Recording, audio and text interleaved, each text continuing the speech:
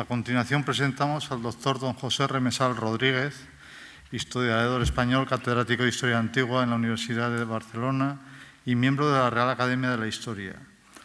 Una de sus principales líneas de investigación es el estudio de la producción y comercio de alimentos en el Imperio Romano y de sus implicaciones políticas y económicas. En particular, el estudio de la producción y comercio del aceite de oliva de la Bética.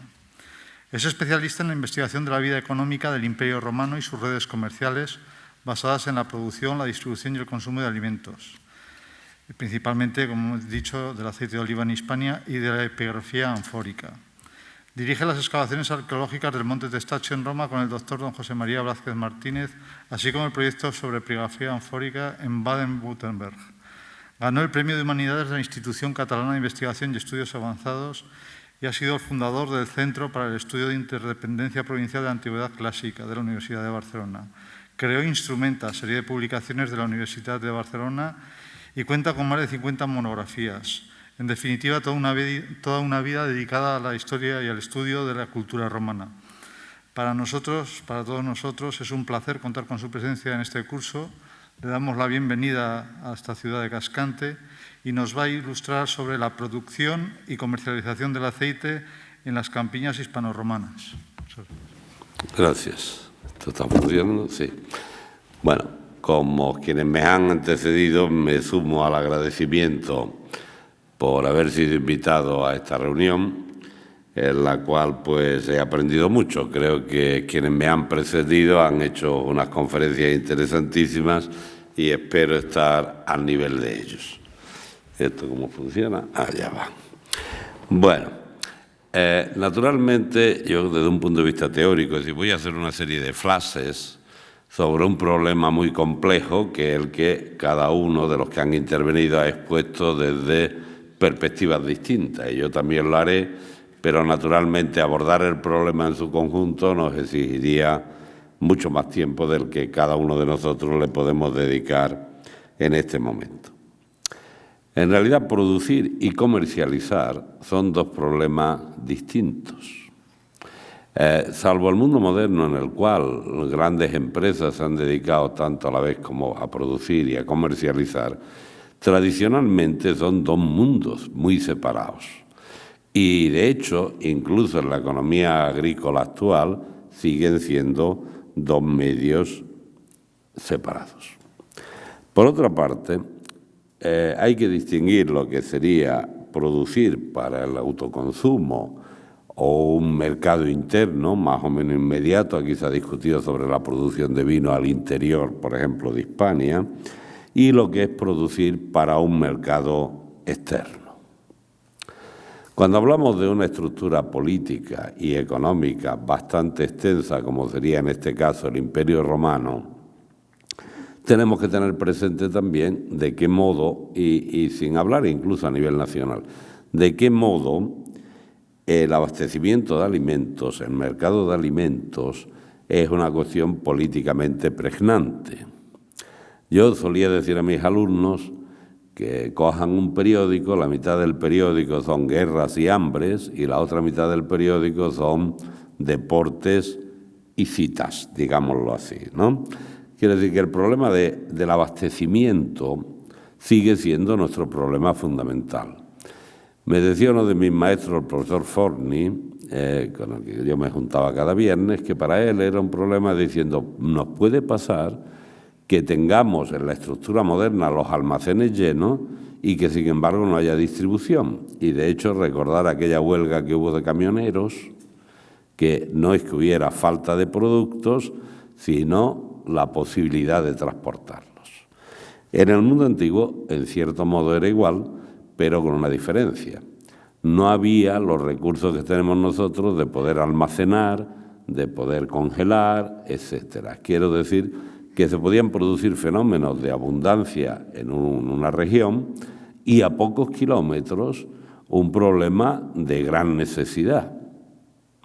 Y que de todos modos hacía falta que la estructura política controlara o intentara controlar y paliar esos problemas. En el caso del Imperio Romano sabemos que precisamente con la creación del imperio hay una vieja tradición, ¿no? Roma se expande, los pobres de Roma el único beneficio que tienen es que se les conceda, ¿no? Con los gracos, una cierta cantidad de grano a un precio reducido, que luego en la confrontación entre César y Pompeyo, Pompeyo consigue la cura nonae, el abastecimiento, el asegurar el abastecimiento de Roma por 5 años, y quien mejor lo entiende es César, que en su triunfo no solo da trigo, que era de lo que se había ocupado Pompeyo, sino que también regala aceite. Y este es un problema con el que se enfrenta Augusto. Augusto lo que le interesa, necesita, es mantener la paz social en Roma, que no es solo asegurar a los habitantes de Roma una cierta cantidad de grano limitada a un precio económico, sino conseguir la paz social en Roma. Y la paz social en Roma solamente se consigue, como irónicamente dice Juvenal, con pan y circo. Es decir, que el imperio, el emperador, consiga entretener a la gente, darle algo que hacer, y esas son las grandes construcciones imperiales en Roma, y al mismo tiempo, con eso que le da por una mano como trabajo, por otra parte, lo recobra el Estado con la venta de productos alimentarios. Sabemos por Suetonio que a Vespasiano le ofrecen una máquina que podía mover grandes piedras. Vespasiano, digamos, compra el invento y lo destruye. Y lo destruye con el criterio de déjame que pueda seguir alimentando a la plebícula. Piensen ustedes que en el siglo XVIII son los trabajadores los que luchan contra el desarrollo de las máquinas porque pierden trabajo. Ya en Roma es el emperador quien destruye la máquina para seguir manteniendo el sistema de pan y circo. Y sería fácil hacer una comparación con nuestra política actual. Bien, además no solo el abastecer la plebe, sino que al Estado se le plantea abastecer al ejército. Tradicionalmente se entendía que el ejército romano, cada unidad, digamos el furriel de cada unidad, se abastecía como podía. He defendido, y creo que ha tenido cierto reflejo a nivel internacional, la idea de que no, un ejército no puede estar a la libur de lo que encuentra cada día, sino que el Estado romano necesitaba desde siempre crear una estructura para mantener el ejército. De modo que mantener a la ciudad de Roma, o mantenerla en el sentido de mantener la paz social, y mantener al ejército en el sentido de que el soldado, para que luche, tiene que tener unos mínimos de condiciones, era el gran principio que evoluciona, que condiciona la evolución de la política de Roma. En este asunto, ¿qué tiene que ver la producción de aceite bético? El trigo se consideraba un alimento fundamental, el aceite también, y el vino, con una diferencia respecto al vino, que el vino había lo que podríamos llamar niveles de consumo ínfimos y niveles de lo que ha hablado Víctor Revilla abundantemente, de lo que son las calidades, con lo cual había un vino común que allá te las apañe, y como el aceite era un aceite común para el común de la gente. Pero eran elementos que el Estado tenía que asegurar, menos el vino. ¿Por qué? Porque el vino era un producto que controlaba la élite romana. Y aquí se ha puesto el caso de Lentulus Augur. Y en mi opinión, cuando Augusto tiene que reorganizar el sistema, descubre que el vino, la producción de vino, está en manos de la élite de Italia, de la élite de Roma. Y, como decía mi maestro Blasquez, pueden matar a uno, le pueden matar al padre, pero no le toques el bolsillo. Te perdonará antes que le mates al padre a que le robes. Aunque el pensamiento resulta cínico, es bastante cierto. Yo creo que Augusto no se atrevió a intervenir en el control del vino porque era un negocio de la misma élite romana. En cambio, el grano y el aceite eran productos provinciales, dichos así, y a la provincia había que explotarla y obtener los beneficios que cualquier imperio busca de las provincias.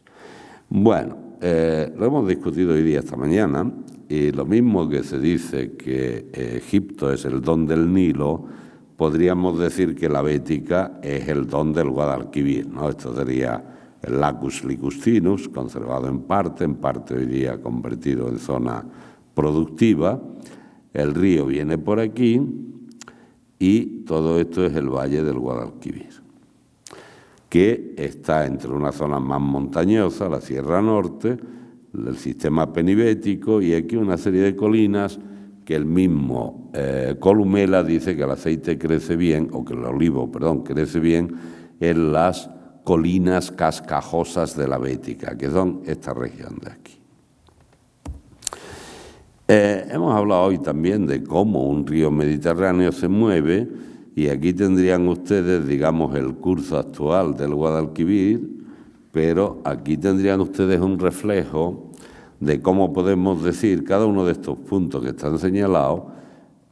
Por aquí, ¿no? Este sería el cauce actual, y este señalado con puntos sería el cauce que nosotros pensamos que pudo tener el Guadalquivir en época romana. ¿Por qué lo decimos así? Pues porque en este lugar, por ejemplo, aquí Cerro de los Pesebres, hoy el río va alejado, pero aquí hay una alfarería romana, lo cual significa que el río tenía que estar cerca, y sin embargo hoy está lejos. Y aquí, por ejemplo, en este Cerro de los Buelos, significa que en algún momento el río tuvo que estar cerca, pero hoy está bastante alejado. Y lo mismo podemos decir aquí, entre el Cortijo de Romero, que es un gran centro productor de ánforas, y donde va hoy día el Guadalquivir. Vale, esto sería una muestra de cómo, y discutíamos esta mañana, el río Meandrea influye. ¿Cuáles son nuestros instrumentos para el estudio? Y de eso se ha hablado hoy aquí repetidamente. En primer lugar, es una prospección sobre el territorio, y aquí tienen ustedes el valle del Guadalquivir, hoy día por donde fluye el río, y aquí un poco en verde, por donde sería toda la zona de meandreo del río, y dónde están los yacimientos romanos y dónde está hoy el río. Las fuentes literarias sobre el aceite bético son escasísimas y además son absolutamente apodícticas. De la Bética produce mucho aceite, la Bética coronada por ramas de olivo, pero nada más. Nuestra información tiene que pasar naturalmente por un análisis arqueológico, como lo que se muestra aquí. Esto serían las prospecciones de Ponsic, y ver los lugares y los yacimientos que conocemos en torno al río. Naturalmente, esto es una investigación que empezó ya en el siglo XIX, y Bonsor localizó muchas alfarerías al lado del río, ahora veremos. Ponsic localizó más, yo localicé alguna más, y los que ahora se ocupan han encontrado alguna más. A nosotros, en este caso, el primer paso sería estudiar la ocupación del territorio, que es lo de aquí, de una forma quizás demasiado densa, os estoy mostrando, ¿no? Esto sería desde Hispalis hasta Córdoba, y aquí en medio estaría la zona del Genil, donde esta mañana se hablaba dónde estaba Astigis, Écija, que está más o menos por aquí, a esta distancia si tuviéramos el plano completo. A nosotros nos interesa comprender o intentar comprender la ocupación del territorio. Aquí tenéis de una manera esquemática, por una parte, las ciudades que conocemos, los puntos, ¿no? Y por otra parte, estos números serían las alfarerías que conocemos productoras de ánforas del Edsel 20, que son las utilizadas en el transporte del aceite. Fíjense ustedes, a primera vista, en la diferencia de densidad de ocupación del territorio. Aquí está Hispalis, una de las grandes ciudades, una colonia romana de época de Augusto, Córdoba, la capital, Astigi. Hispalis, Córdoba y Astigi son las capitales de 3 de los conventos jurídicos, ahora lo veremos, y aquí tenemos entre Hispalis y, por ejemplo, el Genil, tenemos Itálica, Ilipa Magna, Naeva, Canama, Arba, Axati, Celti, a la orilla misma del río, y más allá tenemos Munigua y Oducia, que sepamos por lo menos. En cambio, aquí en la zona de Córdoba tenemos solamente de Tumo y Cárbula, lo cual nos está hablando ya de ocupaciones distintas del territorio y de una densidad distinta del territorio. Aquí tienen ustedes un conjunto de cuáles serían las ciudades que a partir de época Flavia, aparte de las colonias como serían Hispalis, Córdoba, Astigui, Tutugui y alguna que otra, cuáles son cuando a partir de época Flavia todos estos lugares reciben la municipalización, el título de municipio de latino concedido por Vespasiano, que sabemos es algo que Vespasiano concede a toda Hispania entre el año 73 y 74, pero que tiene un desarrollo particular en la Bética más que en otras regiones de España, precisamente porque era la región más habitada y porque era una ciudad, una región en la cual, gracias a ese río, gracias a una costa en la que había negocios de pesca, gracias a que al interior había una buena zona minera, pues la Bética no cabe duda que se convirtió en el Dorado de la antigüedad. Esto es lo que señalaba de cómo señalamos nosotros los tres conventus del interior, el cuarto sería Gades, la costa. Hay una discusión teórica y es que lo que se decía hoy de la vía, por ejemplo, la gran vía entre Córdoba e Hispalis no va alrededor del río, viene desde Córdoba a Astigui, Carmo, Hispalis, ¿no? Es cierto que seguramente hay una vía aquí por la orilla derecha para ir de un pueblo a otro de estos, pero la gran vía viene separada del Guadalquivir. Bueno, estos serían los territorios. La discusión es si Astigui, normalmente se decía o se partía la línea de Astigui como por aquí, y por aquí la división entre Hispalis y Córdoba. La división entre Hispalis y Córdoba, la sabemos por Plinio, está aquí, en Celti, seguramente en este arroyo. De Astigui, en mi opinión, es que para controlar todas estas alfarerías, todo este territorio, hasta la confluencia con el Guadalquivir, estuvo controlado por Astigis. Y por tanto, aquí hay, digamos, una cuña de Astigis, que es el control del Genil y su territorio inmediato, aquí de alguna manera explicado. ¿Qué son estas ciudades? Nada. En realidad, cuando Vespasiano concede el derecho de latinidad a estos municipios, a estos núcleos de población, estos son dos pequeñas entidades. Lo que hace Vespasiano es para controlar mejor el territorio, los convence de que se hagan romanos, y no cabe duda que la élite de estos pequeños municipios pues empiezan a soñar en que pueden entrar en el ordo decurionum, pueden soñar en que pueden entrar en el ordo ecuestre, incluso en llegar al ordo senatorio. Esta sería la ciudad de Velo, cuya concesión es anterior a Vespasiano, seguramente de Claudio, pero es porque está bastante excavada, pero para que veáis lo que es la ciudad. Por aquí va la muralla. Y por aquí, que se recoge por aquí. Esto es el foro, los templos. Aquí hay más templos que se han excavado recientemente. Aquí está el mercado, aquí están las termas. Esta es una puerta de la ciudad, esta es otra. Todo esto son las industrias de conserva. En realidad, el espacio dedicado a la habitación de gente era muy escaso. Esto sería Mulva, Munigua, donde excavan los alemanes, que es una cosa muy impresionante por este templo en terraza. Pero en realidad es que el territorio de Munigua, como ciudad, apenas si abarca lo que estáis viendo. Por aquí ya está la muralla tardía, y hay tumbas al interior de la muralla, lo cual significa que la ciudad era todavía más chica. Así que estos municipios son sobre todo, insisto, en la idea de Roma de crear centros de control sobre la población que antes tenía sus acuerdos. Esto sería el caso de Arba, que es igualmente chica, ¿no? La ciudad es este montículo, aquí está el Guadalquivir, y esta zona de aquí es la zona de alfarerías.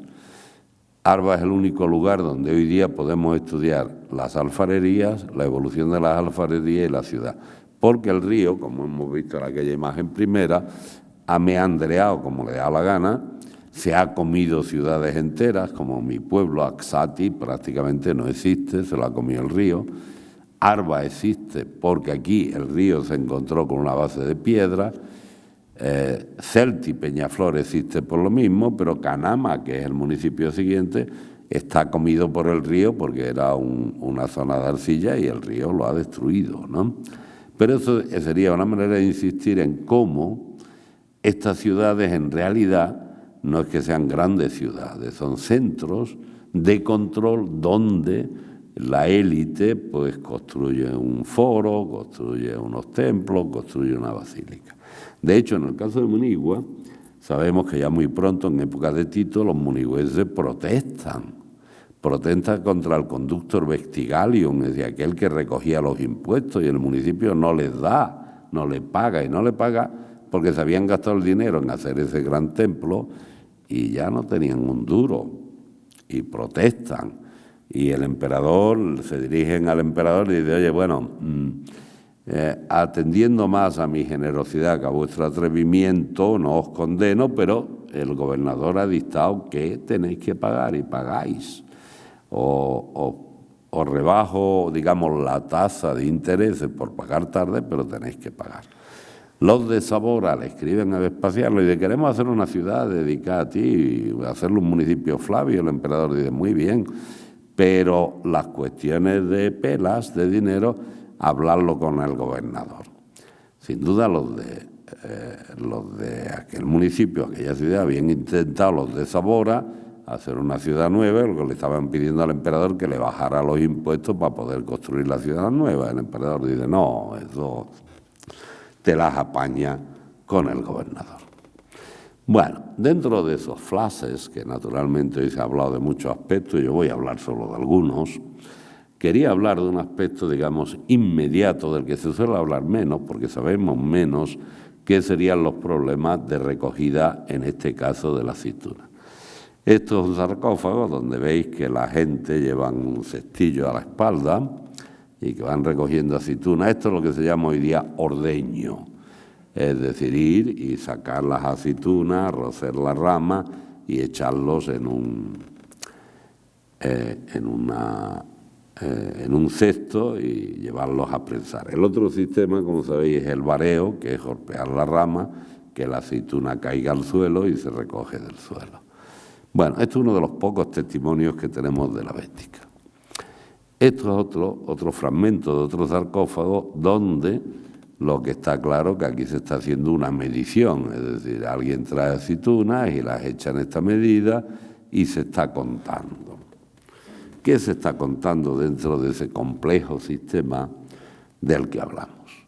Y en eso, como decía Fabiao hace un minuto, esto de prestar cierta atención en un progreso retrógrado, mirando desde nosotros hacia la antigüedad, en el caso del aceite podemos ver muchas cosas. La gente, para coger la aceituna, se organizaban en cuadrillas, y es un problema que seguimos teniendo hoy, sea en el trigo, en el vino, en el aceite. Así que para la recogida de estos productos hace falta el movimiento de masas de manos de obra. Hoy día con el grano se ha resuelto porque las máquinas lo hacen todo. Con la vid sigue habiendo problemas si creas una vid que puede ser cosechada mecánicamente, pero sigue habiendo muchas vides, muchas plantaciones de vides que hay que recogerlo a mano. Y lo mismo pasa con el aceite. Hoy día las grandes plantaciones modernas se hacen todas preparadas para que la recolección sea mecánica. Pero lo tradicional sigue siendo a mano. Bueno, ¿qué hacía la gente? ¿Cómo se organizaba la gente? Y permitirme que os presente estas chapas, que son lo siguiente. Quienes cogían las cuadrillas, grupos de gente, generalmente a nivel familiar, varios individuos, cogían, como hemos visto en la medida anterior, ¿no? Y se iban midiendo lo que cogían. En el mundo moderno se llamaba una fanega o media fanega. La fanega es una medida de madera equivalente más o menos a 45 kilos su contenido, y la gente iba recogiendo fanegas y la iban llevando al lugar donde estaba el control, Y en ese lugar de control, cada vez que entregaban una fanega o media fanega, le daban una chapa de estas, donde está el nombre del propietario, en este caso BG, media, esta M es de media, esta una C, esto es de otro propietario que lo ha hecho de otra manera, y este, por ejemplo, es 15F, 15 fanegas, porque esto eran chapillas que el individuo, pues como si fueran monedas, ¿no? Y ahora luego veremos en el mundo romano, la gente coge una fanega, el propietario o el controlador le da una chapa de una fanega o de media fanega, al final del día se recogen la chapa y se pueden cambiar 15 chapas de fanegas por una de 15 fanegas, por decirlo así. Bueno, lo cual significa que era un modo de control de la recogida. Os presento aquí otra cosa muy curiosa que yo recuerdo de niño, estas varas, vean ustedes, estas son varas de adelfas que yo recuerdo de niño a ver en los soberaos de la casa, ¿no? En las golfas que se dicen en Cataluña, haces de vara que yo no entendía lo que era, pero que los niños las cogíamos y jugábamos a espada con ellas, y como eran adelfas se rompían pues por otra. Hasta que conseguí entender o mi padre me explicó qué era. Esta vara es el cómputo del trabajo de un día. Es una vara de adelfa, aquí ven ustedes los extremos, se le hacía un chaflán, ¿no? Y se cortaba. Se hacía un chaflán en forma de uña, por decirlo así, que ven ustedes un número, 1 significa la familia 1, 2 la familia 2, 3, etcétera. Cada una de estas muescas significa una fanega, y si la muesca está aquí al costado, significa media fanega. Significaría que la familia 1 este día ha recogido 4 fanegas, mientras que la familia 2 ha recogido 4 fanegas y media. ¿Y cómo se lleva el control? Aquí veis que en un extremo se escribía el día natural, diciembre, día 3. Y en el otro lado, que se volvía a hacer, se escribía padrón número 7. Esto significa que era el palo, la regla, la cuenta del día 7º de la cogida, es decir, que el día 3 de diciembre coincidía con el 7º día de trabajo. Perdón, a ver, ¿cómo voy yo para adelante? Perdón, aquí.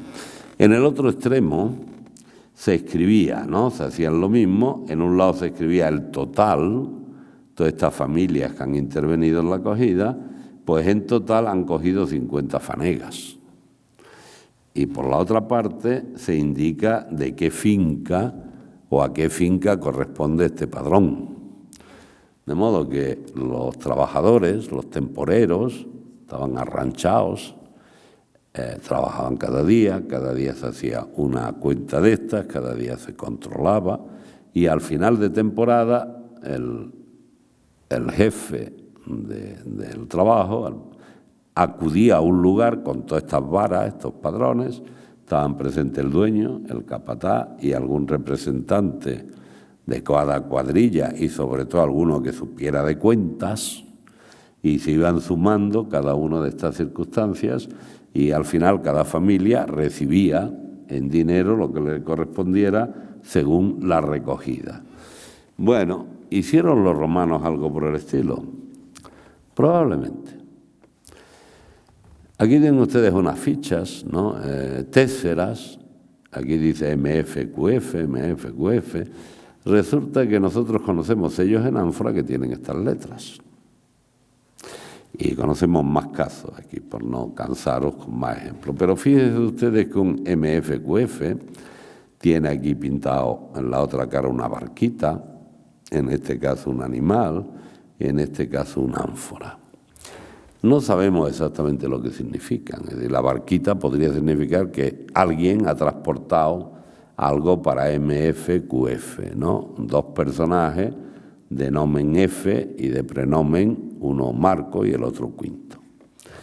Que alguien seguramente le ha prestado un servicio con caballerías y que alguien de algún modo, no sabemos si es que le ha hecho ánforas o le ha movido ánforas o le ha llenado ánforas, no sabemos.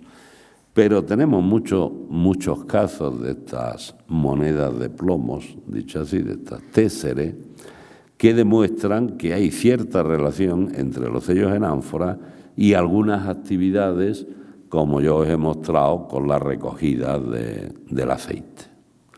Incluso en Lyon aparecen téseras de estas, pero curiosamente en vez de tener que ver con nombres en sellos en ánfora, tiene que ver con los nombres de los comerciantes. Es decir, que algún comerciante que ha llevado ánforas hasta Lyon ha tenido también este tipo de ficha que con su nombre.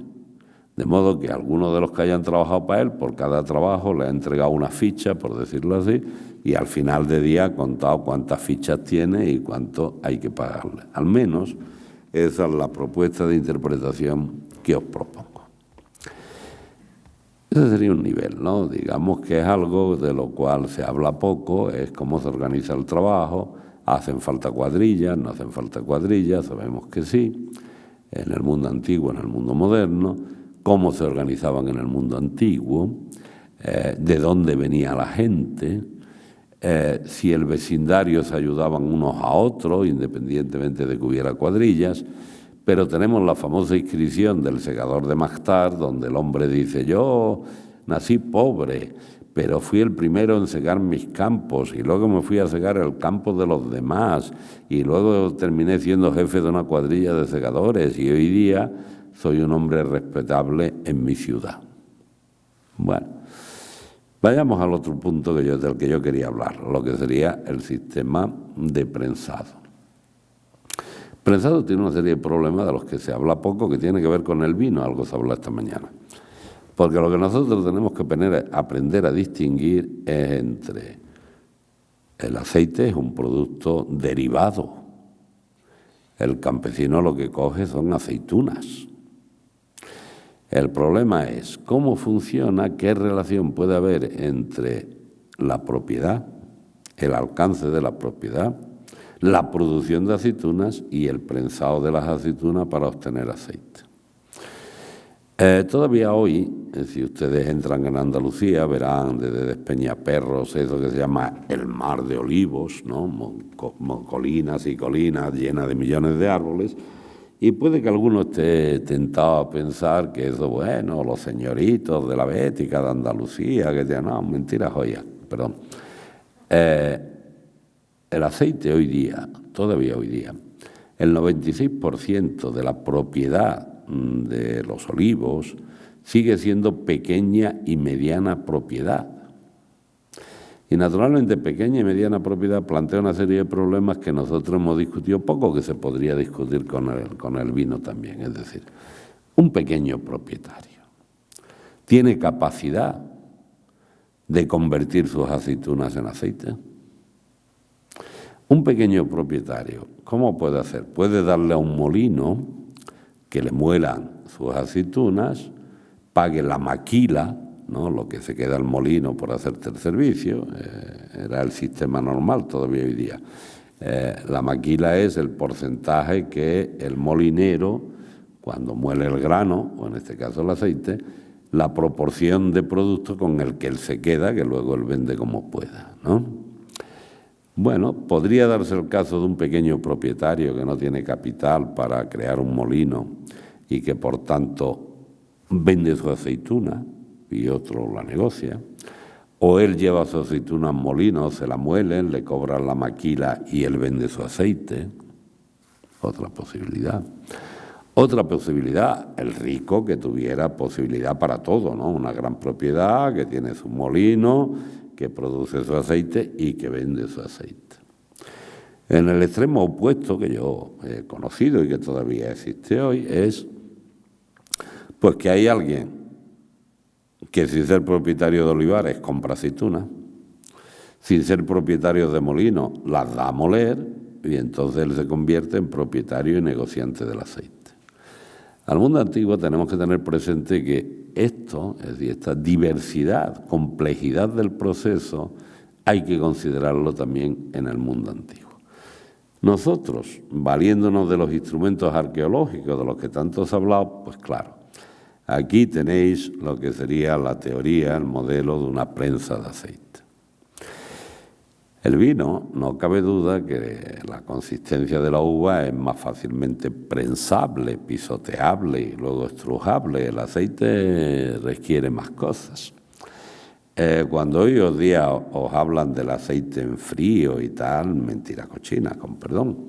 El aceite ha necesitado siempre de agua y de agua caliente para separar el aceite del alperchín. Hoy en día es cierto que con los sistemas no de prensión, sino de, ¿cómo se llama, Dios mío?, de centrifugación se puede separar, y que hoy día hay filtros que de inmediato, desde hoy día hay máquinas que por una esquina te entra la aceituna y por la otra te sale ya el aceite limpio, pero en el sistema tradicional no. El sistema tradicional, cuando se estruja la aceituna, sale un líquido asquerosillo, negruzco, y hay que esperar que se decante para que se separe el aceite del alperchín. Y eso duraba tradicionalmente, el maestro de molino tenía 3 meses el molino cerrado y 3 meses ayudando a decantarse el olivo. Bueno, aquí tenemos, digamos, el modelo de una prensa teórica hoy día, y aquí tenemos la realidad arqueológica. Esta es una prensa de Munigua, una de las pocas casas que hay en Munigua. Miren ustedes, porque tenía una prensa, ¿no? Aquí el factum, aquí tenían que estar los árboles para sujetar la viga, aquí se ponía el factum, es decir, la aceituna molida, que se podía moler aquí, y aquí está el contrapeso. Como veis, esto es pequeño. Así que nosotros, de alguna manera, este individuo, bueno, prensaba, o la posibilidad de hacer mucho aceite no tenía. Hablaba, Carlos señalaba ahí de Idalia Abella, y pena que no esté porque le hubiera divertido ver esta imagen. Esto es una imagen de una prensa que todavía existe en Idalia Abella, en que él ha citado. Aquí ven ustedes una prensa pequeña, con la cabeza fija, las pleiteleras, su piedra, su tornillo, y han usado un árbol, y han usado el pie del árbol, ¿no?, para darle más peso. Y esto que ven ustedes aquí en medio, esto es el fuego para tener el cardero, para tener agua caliente, que echarle al factum, a los capachos, para que corriera un poco más el aceite. Lo ha señalado Víctor Revilla. Hay unidades de producción pequeñas, y os he enseñado una pequeña. Hay unidades de producción grandes, y aquí este sería un caso donde hay 4 contrapesos, ¿no?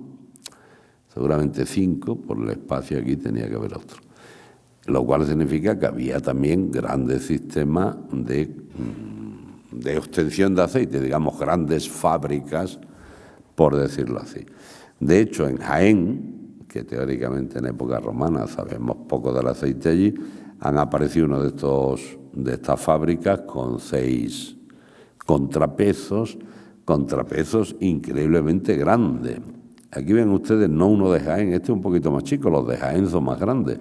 Aunque aquí el amigo Manolo Romero no es que sea un machote de esos grandísimos de Zumosol, pero os vale de escala para entender cómo era de grande el contrapeso. Lo cual significa que esto tenía que haber una viga bastante grande que naturalmente soportara, ¿no?, hiciera la presión necesaria o exigible, o para la cual se exigía un contrapeso de este tamaño. Aquí tendrían ustedes el caso de una excavación, de una prensa, donde han intentado reconstruir en las proporciones, ¿no?, la prensa, y naturalmente este es el espacio donde caía el aceite, ¿no?, y donde había que esperar que el aceite se decantara o irlo moviendo para que se fuera decantando. Os voy a contar una historieta personal. Con mi padre y mi tío pusimos en funcionamiento una prensa de estas viejas. Mi tío me dice, darle 3 vueltas al tornillo, aquí. Y yo, obedeciendo a mi tío, le di, 3 vueltas al tornillo. La viga empezó a crujir de mala manera. Como hacía 50 años que no funcionaba, yo me asusté y le pegué un empujón a mi tío contra la pared y me dice, ¿qué haces, loco? Que esto se va a romper. Dije yo, no, la viga canta. Es decir, claro que al ponerle piso a la viga, el esfuerzo de la viga, que está hecho de varios palos, cruje. ¿Por qué mi tío me había dicho darle 3 vueltas? Porque al darle 3 vueltas la viga se ponía a cantar y cuando lo que yo había levantado la piedra llegaba otra vez al suelo, dejaba de cantar la viga. Pero ese era el tiempo para hacer otros trabajos, que naturalmente nosotros ignorantes, si no me lo hubiera enseñado mi tío, yo no sabría nada de esto. ¿A quién se le ocurre decir que la viga canta? Y además que la viga canta, que es un sistema de ritmo de organización del trabajo. Bueno, normalmente el aceite viene a depósito, a lacus de este tipo, pero hace falta tiempo para que se decante. Una de las últimas excavaciones ha mostrado algunas decantaderas, por decirlo así, que serían estos como medio pelves, como medio dolium, ¿no? Donde sin duda el aceite fue pasando de uno a otro y por suerte ha aparecido esto. Es decir, que en algún momento el aceite sucio, por decirlo así, entraba por aquí hasta la base, se iba decantando y el aceite limpio o la parte más limpia de arriba iba saliendo y pasando al siguiente. Bueno, así ha funcionado el sistema tradicional hasta hoy día. ¿Cómo se consigue que el aceite se decante? Y se decanta echándole agua, el agua separa las partículas del aceite, nada sobre el agua, y las partículas de alpechín, de almurca por los romanos, se van depositando poco a poco en cada uno de los distintos depósitos. Y el trabajo del maestro molino es con un cubo que llamaban azarcón, es un cubo que tenía el asa de aquí hasta aquí, de modo que el maestro molino lo metía así, para que entrara el nivel superior de aceite, el más limpio, lo cogía, lo echaba en otro de los dolias y así iba haciendo dolia con contenidos más finos cada vez, ¿no? Por eso el maestro molino tenía 3 meses la llave del molino y él era responsable de todo lo que pasaba allí. Eso es muy interesante para nosotros porque el aceite se empieza a coger, el aceite, digamos, para aceituna, para producir aceite, no la de verdeo de calidad, a primeros de diciembre, y dura hasta marzo. Y esos son los meses en los cuales el maestro molino tiene para que decante. Y cuando llega abril es cuando los romanos también tienen el mare apertum, es decir, que era el momento en el cual se podía empezar a exportar porque ya estaba el aceite preparado. Bueno, vale. ¿Y qué se hacía con este aceite? ¿Cómo se instrumentalizaba el transporte? Que es otro de los elementos que yo quería hablar. Esta mañana decía Pepa Castillo que el Guadalquivir es porque el Estado tenía interés. Bueno, sin duda sí, pero no sabemos hasta qué punto. Lo interesante es que las ánforas de aceite, ¿no?, que sería este modelo, y aquí tenéis una imagen, es una ánfora muy estándar. Sea el Víctor Revilla, sea Fabiao, han mostrado ese concepto de cómo hay un envase modelo. Hoy día, por ejemplo, el vino de La Rioja sigue la botella de Burdeos, la botella de Cádiz de Jerez es otra, la de Borgoña es otro tipo y todo el mundo sabe distinguir que son botellas de vino aunque tengan diferencias.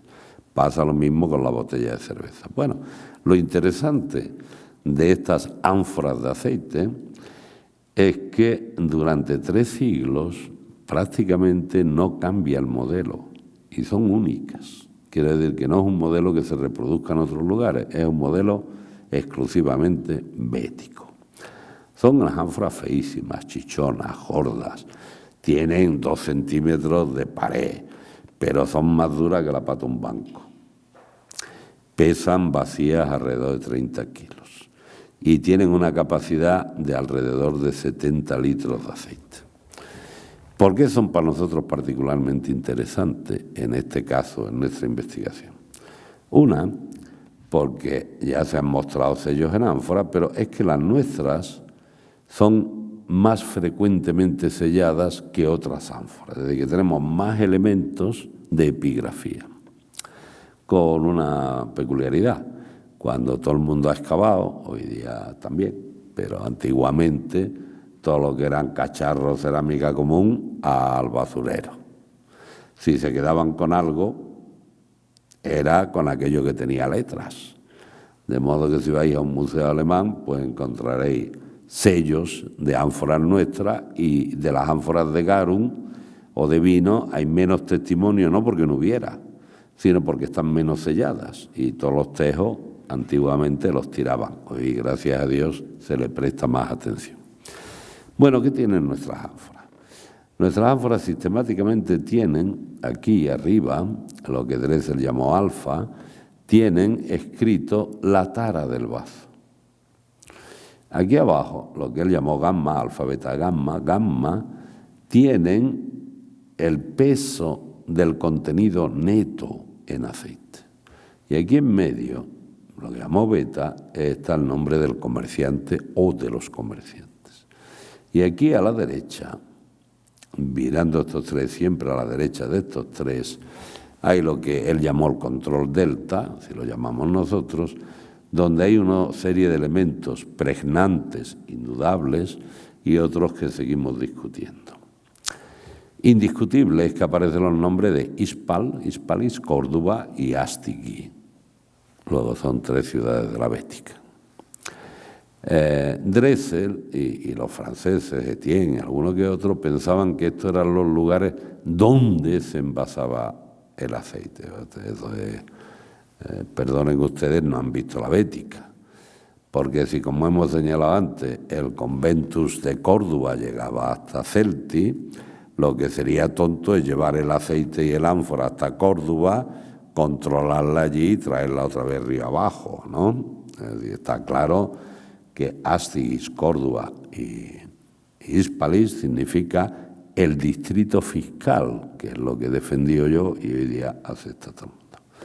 A continuación está señalado de nuevo este peso, es decir, que la etiqueta sería hecho o controlado en el distrito fiscal de, contiene ciertamente este peso. Luego viene la discusión. En mi opinión, lo que figuran son los nombres de los personajes que hacen este control. Para otros, pues son los nombres del fundus, de la finca, del propietario. Bueno, seguimos pegándonos tortas. Y otro elemento que todo el mundo está de acuerdo es que aparece la fecha consular. De modo que nosotros tenemos con estos documentos dataciones absolutas, que es una cosa muy rara para la historia de Roma y sobre todo para la historia económica de Roma.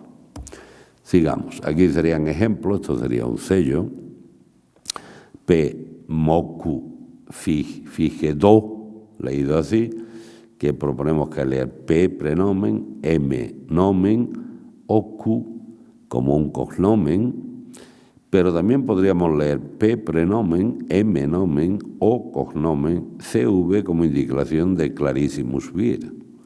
Fig, Edo, no cabe duda que tenemos que leer Fig, Figlina, Edo, y por otros sellos sabemos que era el nombre de la figlina edopiana. Se hablaba esta mañana donde figuraban conceptos de figlina o no, pues en la Bética tenemos casos manifiestos. Y ahora vayamos a las inscripciones que os he mostrado antes, cómo de verdad aparecen. Aquí tendrían ustedes alfa, este sería un beta de los Caeciliorum, este sería el gamma, y aquí estaría el delta, donde está constatado, entre otras cosas, este dato. Hay otro a lo que no me he referido, que sería este número, que pensamos hoy día que son números de almacenaje. Bueno, aquí tendrían un caso de otros comerciantes, no de uno, sino de varios, que en este caso son los Fulviorum, Duorum, Cari, ahí termina la primera línea, Cari, aquí no se ve ni jurá, pero fiaros de mí, y aquí decía Caricianorum, et Rogati. Bueno, dejémoslo hasta ahora ahí y sigamos. Esto sería un delta. Mientras que los otros títulos están escritos con un pincel, los deltas están escritos con un cálamo, con una puntadura. Y aquí tenéis uno, la foto, el dibujo nuestro y abajo tenéis la transcripción. Lo que existe o no existe empieza por la S, pero nosotros reconstruimos R recognitum controlado en ASCII, arca pendo 245, es decir, controlado en la caja de ASCII, contiene 240 libras o éminas, habría que discutir. Actus agatephori pensit atimetium, aquí está la discusión, para mí significa actus como un acto jurídico, ¿no? Atimetio lo pensó en nombre de, ¿no? El responsable era un tal Agatéforo y Atimetion era quien trabajaba con él y controló el peso. Y la fecha consular, Domino nostro Antonino Ter, et comasonte consulibus, el año 220. Bueno, esa es nuestra gran ventaja que existen estos títulos. ¿Y por qué existen estos títulos? Todas las ánforas, aunque no tuvieran sello, tenían que tener un titulus.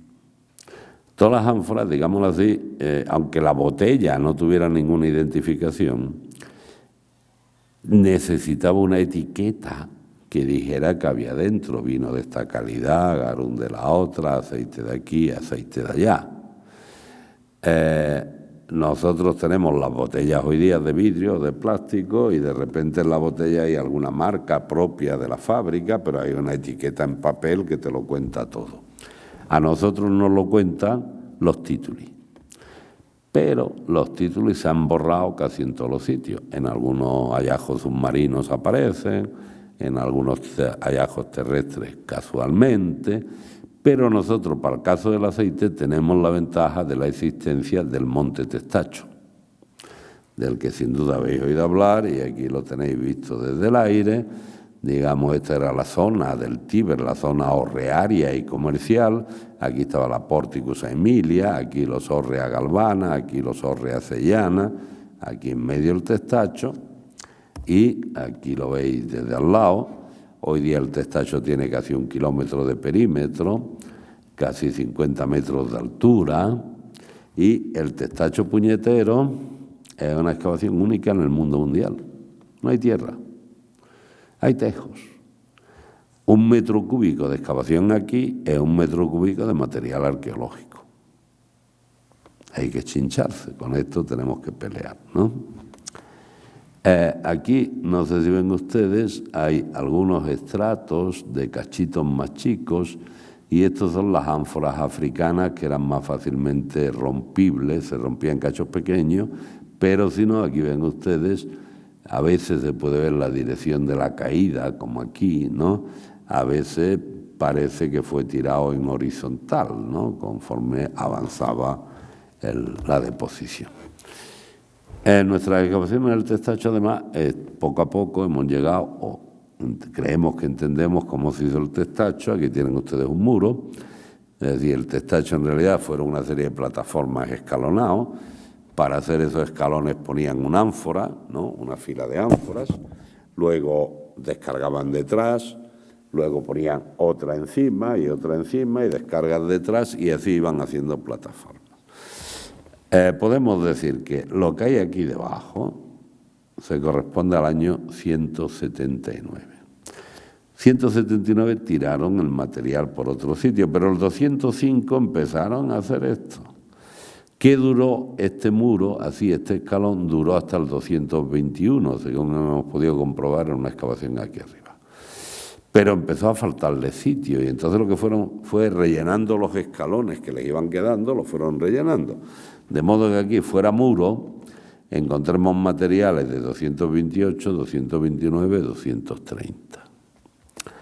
Cuando me encuentro con algún amigo o colega que dice, oye, ¿qué has excavado este año? He excavado finales del siglo II hasta primer tercio del siglo III. Yo digo, oye, pues este año he excavado 179, 205 y 207. Chínchate. Gracias a estos títulos pistis nosotros tenemos una datación absoluta. ¿Qué significa? Que en el mundo romano, para el estudio de la economía romana, nos faltan datos seriales con dataciones precisas. Y es lo bueno que tenemos en el Testacho, que tenemos datos seriales, cientos de datos y dataciones precisas. Esa es la gran ventaja con la que contamos y que, en cierto modo, la investigación del aceite no es que vaya por delante de otras investigaciones, sino que ofrece a otras investigaciones sobre problemas agrícolas la ventaja de todos estos datos. Bueno, esto me he referido a nuestras excavaciones y aquí se han referido a Drexel. Estas serían las excavaciones de Drexel. Estas serían las nuestras, que en cierto modo tendían a comprobar lo que había hecho Drexel y, en otro cierto modo, a encontrar nuevas dataciones. Para lo que es la historia económica, que es lo que veníamos a hablar aquí. Pues miren ustedes, aquí ven ustedes dos columnas, esto CIL 15 Roma. Esto es el resultado de lo que hizo Drexel, ¿no? Aquí tienen ustedes los nombres de los conventus. Cuando dice Hispali y Asti, es que no sabemos con seguridad de cuál era y dejamos la duda, como aquí Asti, Córdoba. ¿Qué se ve aquí? Pues que del conventus de Hispalis hay más material que del conventus de Córdoba o del conventus de Astigi, según encontró Drexel. ¿Qué hemos encontrado nosotros? Menos material en su conjunto con Drexel, pero como ven ustedes, la proporción sigue siendo parecida. Es decir, que de alguna manera el conventus de Hispalis hizo llegar mayor cantidad de aceite a Roma. Recordad cuando hemos visto el plano de la Bética que yo os he ido señalando los municipia, y que entre Hispalis y el límite de esos conventus hay mucho más municipia que en el conventus cordubensis, lo cual significa que la distribución del territorio era distinta, porque para que existiera un municipio romano tenía que haber un senado teóricamente con 100 personas. Ya sabemos que en la Bética, en Irni había solo 60, ¿no? Un cierto número de personas con suficiente capital, una renta mínima de 100.000 sestercios para poder formar parte del Ordo Decurionum. Sin duda había gente que superaban esa cantidad y gente que no llegaban, pero que tenían una cierta propiedad. Por eso hablo de la pequeña y mediana propiedad.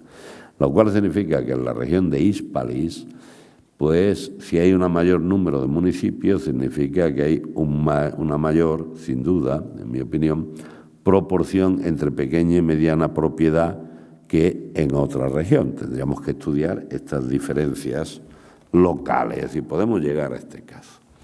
En el testacho tenemos más ventajas, como tenemos la cronología, pues podemos incluso diferenciar y ver en qué momento cada conventus es más o menos significativo, ¿no? Y podemos ver que en esta fecha, pues Córdoba es casi tan significativo como Hispalis, pero no tanto, ¿no? Y entonces vemos esa proporción, podemos entender la dinámica o la variedad de la dinámica a lo largo del tiempo. También podemos ver cuando analizamos, por ejemplo, el conventus, aquí en esta columna, que no sé si pueden ustedes leer bien, porque hay mucho nombre. Cada uno de estos sitios sería un centro productor de ánforas y, por tanto, un centro receptor de aceite. Y aquí tendrían ustedes en este índice también una serie de lugares y la cronología. Aquí veríamos que en la región de Hispalis, un lugar llamado La Catria, que en mi pueblo, pues los más pringones, ¿no? Sobre todo en época severiana y en época antonina. Y que otro lugar, Arba, eso que enseñaba la foto, es también significativa en determinados periodos. Y podemos, a la hora de estudiar economía antigua, ir a un grado de finura superior al que se puede ir en otros materiales. Incluso cuando hemos visto la Catria, pues dentro de la Catria tenemos una serie de sellos y podremos ver cuáles son los sellos más frecuentes en un determinado periodo. Por ejemplo, en época antoniniana es el sello alfo o aelfo o el sello SNR, los que son más abundantes por todo el mundo mundial. Una cosa interesante, para ver esa diferencia y para cuando aquí se ha hablado del Estado o no el Estado, lo privado, Es decir, ¿cuál es el modelo de la economía romana? Podemos hablar de una economía laissez-faire, laissez-passer, que es lo que se ha dicho hasta ahora.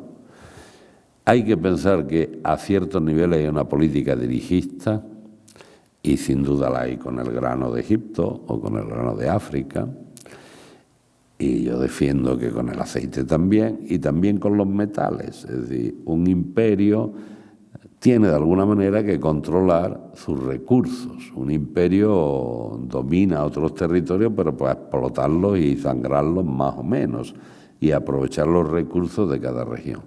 Lo interesante es cómo cada una de las regiones se va integrando en el poder político y las posibles diferencias. Por ejemplo, en este caso, si comparamos, esto sería la proporción de los sellos que conocemos producidos en la Bética, que hemos identificado el lugar preciso.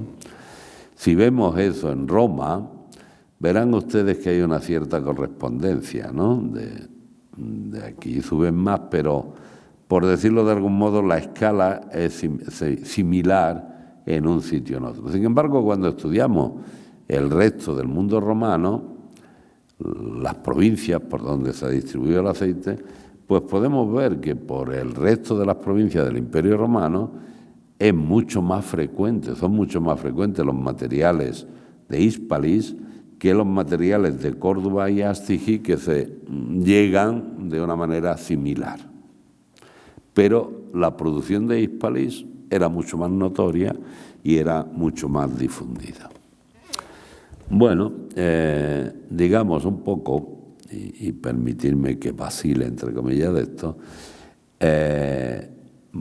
llevamos muchos años trabajando sobre estos temas, hemos creado una base de datos donde hemos intentado recoger y seguimos recogiendo toda la epigrafía anfórica que podemos.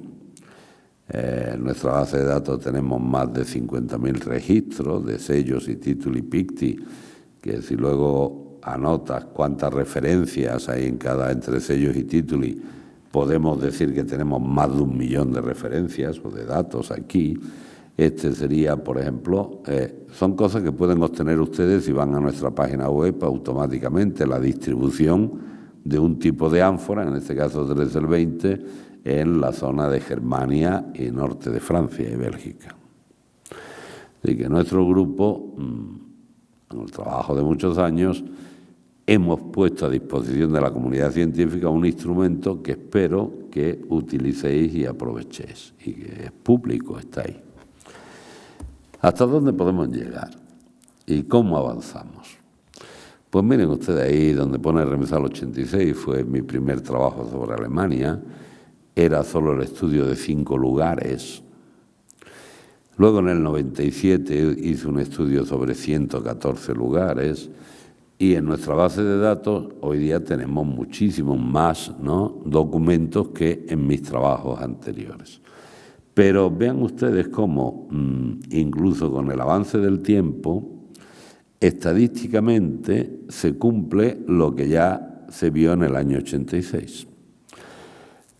Un principio de estadística es que llega a un cierto nivel en el cual, aunque sigas estudiando y añadiendo, las proporciones ya no cambian mucho más. Y aquí un poco podemos ver lo mismo que decíamos del testacho y de esa confrontación. En el caso de Germania, Germania inferior o Germania superior, pues siguen respetándose esas proporciones. ¿Por qué hay menos de Germania inferior que de Germania superior? Pues porque hemos trabajado más en Germania superior. Poco a poco, conforme se vaya estudiando más la Germania inferior, estará más presente proporcionalmente esos materiales. Hemos llegado a un poco más de finura. No sé si está aquí el que hablaba ayer del aceite, que tanto hablábamos. ¿Cómo se llama? Quique.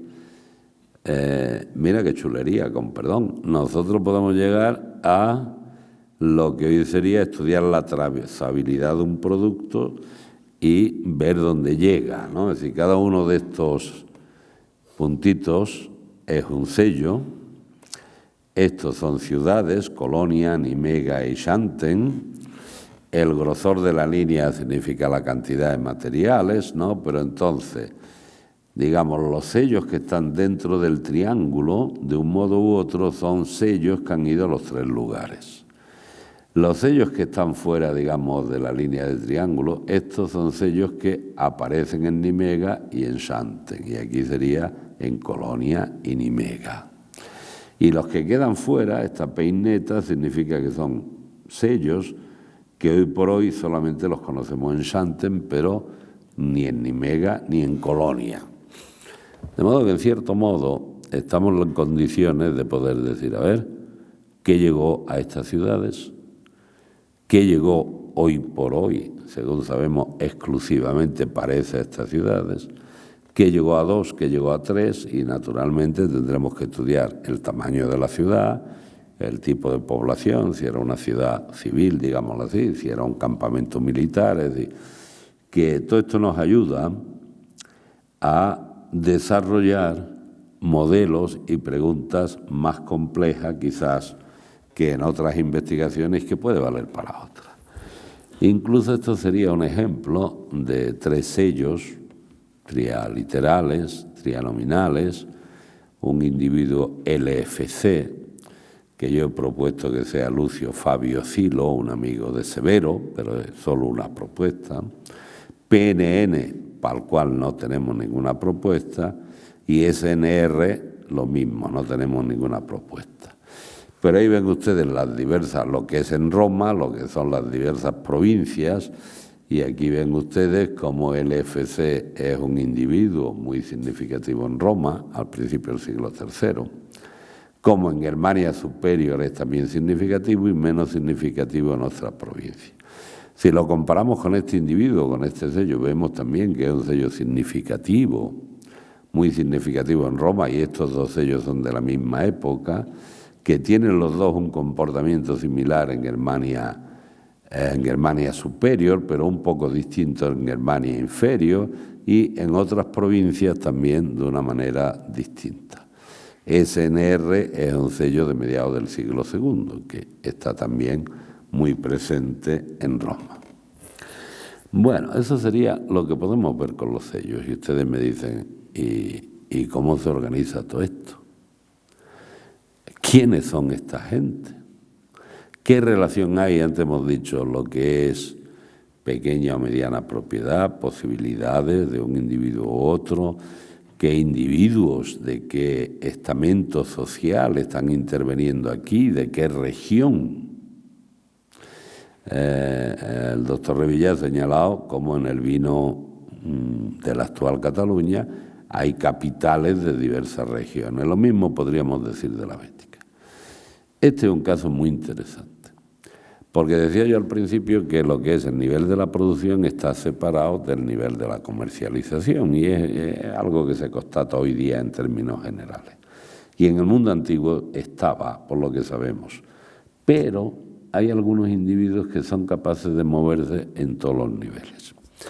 Recordad que os dije, fijaros en este título que os enseño de los Fulviorum, Duorum, Caricianorum, et Rogati. Pues mire usted, ese es el título que ya conoció Dressel y que nosotros hemos vuelto a encontrar.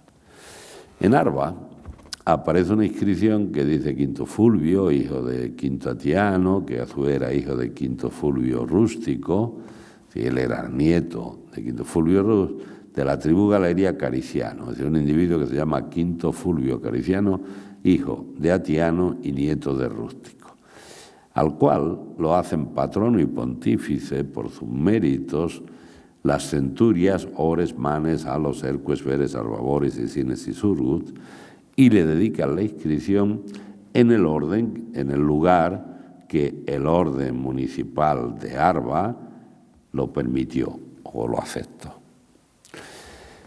Bueno, aquí tenemos que hay un Quinto Fulvio Cariciano, y miren ustedes aquí que tenemos Fulviorum Duorum Caricianorum.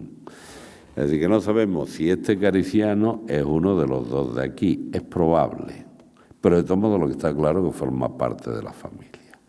Et Rogati, otro miembro más que no aparece en la inscripción.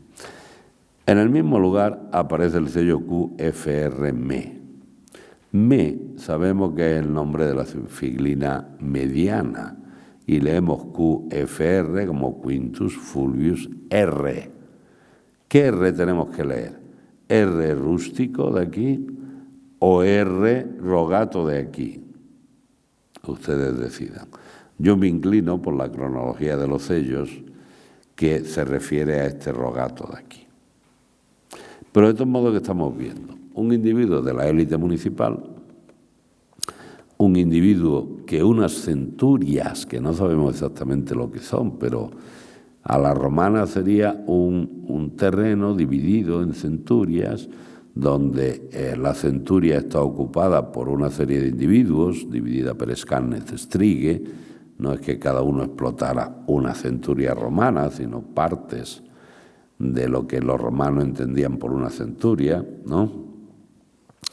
Que mantienen nombres indígenas, pero esto es una inscripción sin duda de la segunda mitad del siglo II, porque si este Fulvio Cariciano cita hasta su abuelo, significa al menos que probablemente su abuelo fue uno de los que fue nombrado munícipe en época de Vespasiano. Con lo cual podríamos decir que esto es de la segunda, y por el tipo de letras que es de la segunda mitad del siglo II. Pero lo interesante es que hay unas centurias, que no sabemos exactamente qué son, que siguen teniendo un nombre indígena, pero que estos individuos de alguna manera tienen como patrón y pontífice a este Cariciano. Con lo cual estaría diciendo, pues sí, aquí quizás haya unos productores que no sabemos si son propietarios de la tierra o arrendatarios de la tierra, que tienen por encima a un individuo al cual honran, y resulta que ese individuo no solo tiene ánforas, él o su familia, ¿no?, vinculados a él, no solo lo que sería producción y envase de aceite, sino que también se encarga de la comercialización del aceite. En este caso sería un individuo que está tanto en el ámbito de la producción como en el ámbito de la comercialización. Casos de estos tenemos muy pocos, 2 o 3 atestiguados. Aquí lo que no tenemos, aquí tendríamos un caso que sería un individuo del cual tenemos testimonio que está vinculado a la comercialización, pero no a la producción.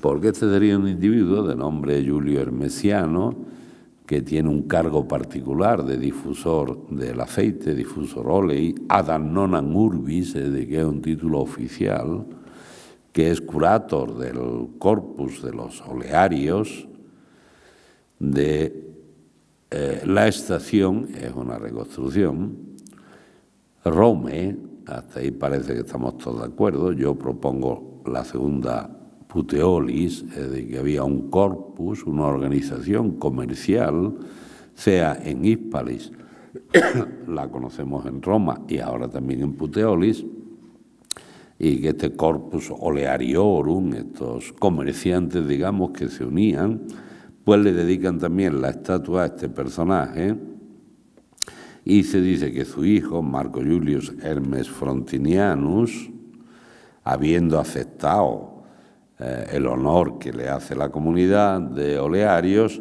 pues impensa remisit, es decir, el hijo pagó los costes de hacerle el monumento al padre.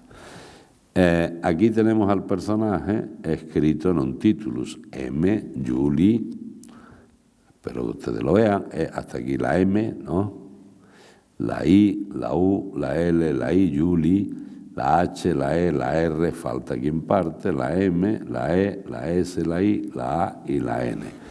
Bueno, este es fácil, a veces hay que dejarse los ojos aquí. Esta es una inscripción que se conocía antes, que vuelve a decir lo mismo, Marco Julio Hermesiano, difusor olearius. Aquí no se dice ad annona. A su padre piadoso se le dedicó Marco Julius Hermes Frontinianus, el que habíamos visto antes, su hijo, y su nieto, Marco Julius Hermesianus Nepos. Así que aquí podemos ver una familia donde hay 3 generaciones que se han dedicado a comerciar con el aceite y que de algún modo, por el título que tenía el otro de Adam Nonam Urbis y Diffusor, que alguna relación tenían con la organización pública de la recogida del aceite para Roma. ¿En qué consistía esto? Pues la verdad que no lo sabemos.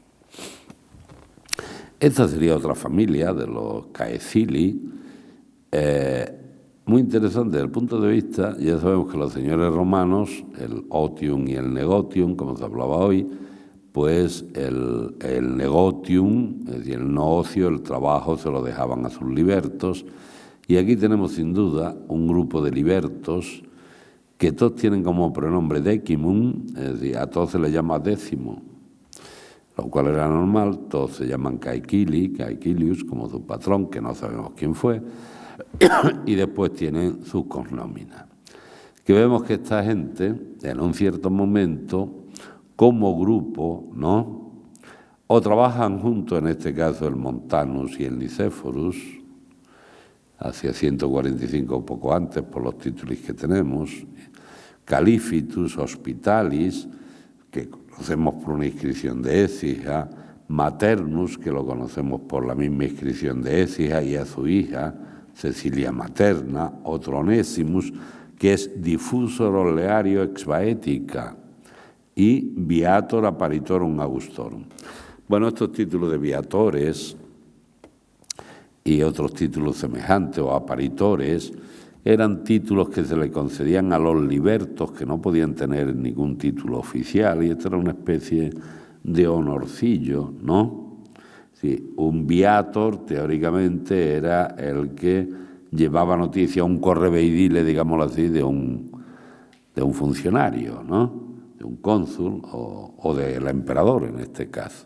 Está claro que estos no se dedicaban a hacer de correveidile de puerta a puerta, era un título honorífico, digamos, indebido o extraño a los honores de verdad, pero era una manera de reconocer a libertos ricos que se habían promocionado y que en la sociedad tenían un cierto peso. Hoy día, gracias a las excavaciones del Testacho, puedo decir que el tal Maternus se le ocurrió morirse en el año 174 y que su hija, la Cecilia Materna, hereda el negocio y lo tiene en marcha en esa fecha. ¿A qué nos lleva todo esto? Bueno, hay una gran discusión, y aquí se ha hablado, se ha mostrado por lo menos, ¿no?, dentro del papel de los ríos, y el gran problema es que el Ródano, sin duda, fue una vía de penetración en Europa. Eso no lo podemos discutir, no cabe duda que lo fue. Pero fue la única vía, o la más importante. Pues yo siempre he peleado que no, que naturalmente para lo que era el centro de la Galia y Retia seguramente sí, pero no para Germania o para Britania, que tenía que haber un comercio marítimo, en mi opinión. Bueno, ahora que hemos podido analizar estos 50.000 registros, lo que hemos hecho es comparar qué sellos salen en una provincia, qué sellos salen en otro, ¿no?, para agrupar los sellos. Pues aquí ven ustedes una distribución de que a Germania Superior, Germania Inferior, Britania y Bélgica aparece el mismo grupo de sellos, pero que sin embargo para la zona de la Tarraconense, Córcega, Italia, Baética, claro, no tiene que ver porque aquí no cuenta, este otro grupo, pero que la Lugdunense está fuera, digamos, en este esquema de esta rama. Lo cual me lleva a pensar y a defender y a confirmar, en mi opinión, la importancia de la ruta atlántica. Que es verdad que los gaditanos habían inventado rollos para asustar a la gente, para que no fueran por el Atlántico, que nosotros no hemos creído las mentiras de los gaditanos, como el mismo Plinio, pero lo que no cabe duda, y cada día se pone más de manifiesto, gracias a la arqueología, que la costa atlántica era una costa frecuentada. Y por mi parte he defendido que el faro de La Coruña, pensarán ustedes que no estaba allí para los pescadores de percebes, estaba allí en el Finisterre para enseñar a los grandes barcos que iban hasta Britania o Germania cuando se acababa, ¿no?, de cuál era el punto de referencia sea para salir, sea para entrar. Bueno, eso forma parte de las discusiones nuestras. ¿Qué significa todo esto? Pues significa, que es un poco, creo, lo que hemos venido a hacer aquí, a mostrar cómo la investigación es siempre dinámica, cómo si te interesas por un sujeto y cada vez vas aprovechando elementos que cada día son más frecuentes, son más complejos, según la atención que le presentemos. Presentaba Víctor al final la presencia de barriles. La verdad que en Germania y en Britania se conocían barriles. La mayoría de las veces los que se han conservado es porque se han usado para revestir pozos. Y nadie se le había ocurrido pensar que pudiera ser instrumento para traer productos de otras regiones.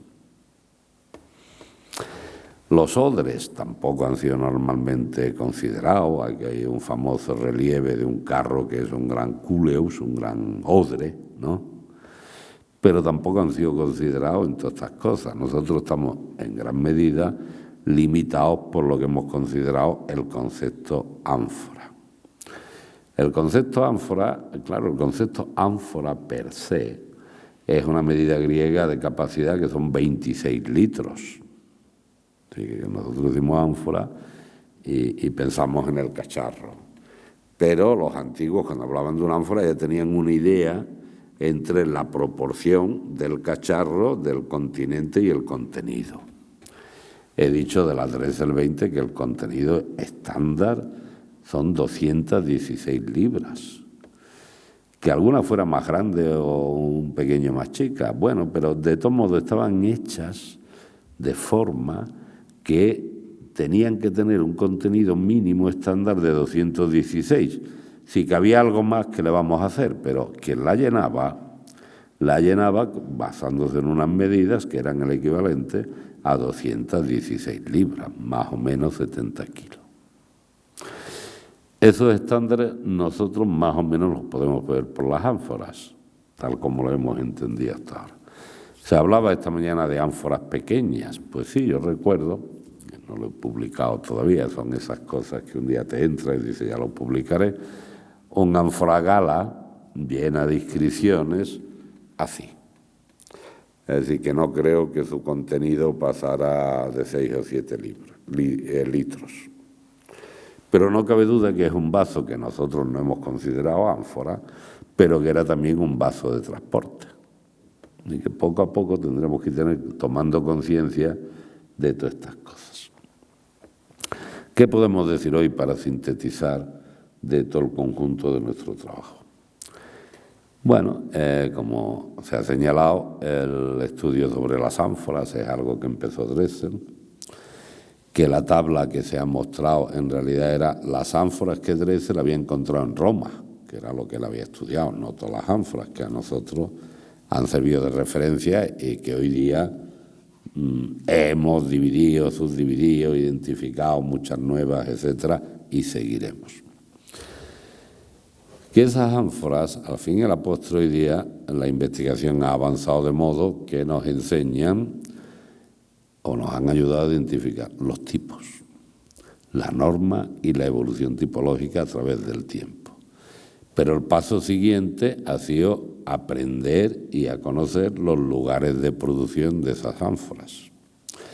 Y nos ha ayudado a entender la relación entre la producción de la ánfora y el objeto o el líquido que contenía la ánfora. Y ya aquí se ha hablado, sea por parte del vino o por parte mía del aceite, toda la diversidad y la complejidad que tenemos que aprender a ver en el mundo antiguo. La multitud de facetas de las cuales las fuentes antiguas no nos dicen nada, las ánforas directamente tampoco nos dicen nada, pero al menos nos sugieren un volumen de preguntas que antes no teníamos. Los estudios de territorio, naturalmente, nos van ayudando a apreciar y fijar justamente esas áreas de producción o esas áreas de difusión y, por tanto, establecer la relación entre lo que nosotros hemos defendido como el concepto de interdependencia provincial, es decir, de qué modo una región productora, con qué regiones se relaciona, de qué modo el Estado interviene en esas relaciones. Por ejemplo, aceite bético, está toda Europa lleno. Aceite africano, nada. Estadísticamente nada, 4 cachos de 4 ánforas. Y tú dices, oye, ¿y por qué no ha llegado aceite africano? La diferencia de llevarlo de Cádiz o de Túnez son 3 días más de navegación, no es para decir que no vaya, ¿no? Sin embargo, no llegaba.